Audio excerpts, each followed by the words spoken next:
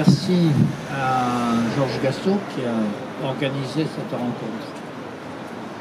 Voilà, nous sommes devant la statue de Molière et devant la fontaine du même nom. Qui aurait dit, il y a 400 ans, alors que la langue française était en train de devenir la langue de la culture en Europe, qui aurait dit qu'aujourd'hui nous serions obligés de nous rassembler pour essayer d'en défendre les restes? Qui aurait dit cela? Qui aurait dit en 1992, lorsque nous avons, grâce à des manœuvres, faut-il dire, réussi à faire mettre en l'article 2 de la Constitution que la langue de la République était le français?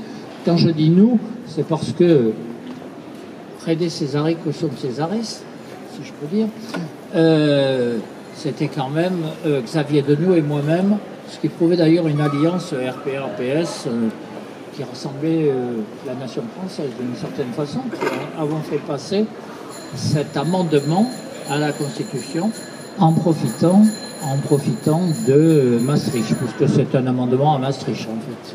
Voilà. Qui l'aurait dit?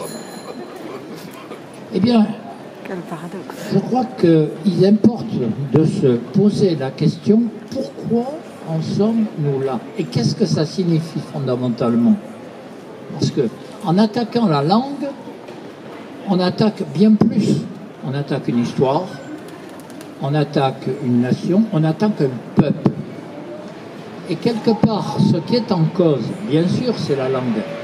Et l'émiettement de la langue, c'est bien sûr toutes les pressions qui existent, la pression de l'anglais, la pression des langues régionales qui ne comprennent pas qu'il n'y a pas d'hostilité par rapport à elles, simplement il y a une complémentarité entre la langue nationale et la langue régionale. Et c'est fondamentalement l'émiettement d'une nation et d'un peuple. Et cet émiettement, c'est aussi la disparition de la langue, c'est-à-dire le fait que, au travers de ce que tu évoquais tout à l'heure, Gaston, le néolibéralisme, ce qui est en cause, c'est la disparition, l'émiettement du peuple. C'est-à-dire que la langue devient privée, alors que c'est un bien national, c'est un bien commun, c'est un bien public. Elle devient privée. Chacun met ce qu'il veut. On a construit toi-même ta petite langue française. Voilà. Et donc, c'est comme ça que, en fonction des orientations sexuelles, en fonction des orientations d'origine religieuse et autres, on a chacun sa petite langue. Et c'est comme ça qu'en privatisant, on a une organisation privée, le dictionnaire Robert, qui invente le YEL. Chacun invente son petit truc. Il n'y a plus de langue commune.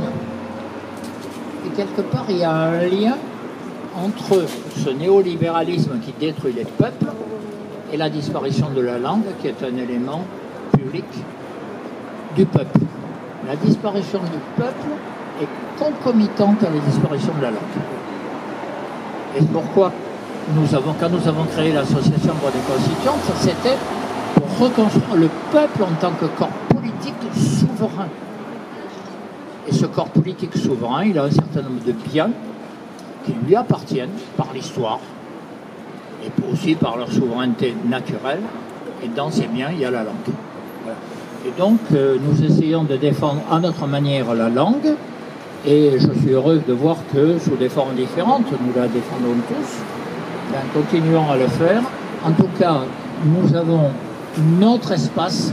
Il nous appartient de le redire.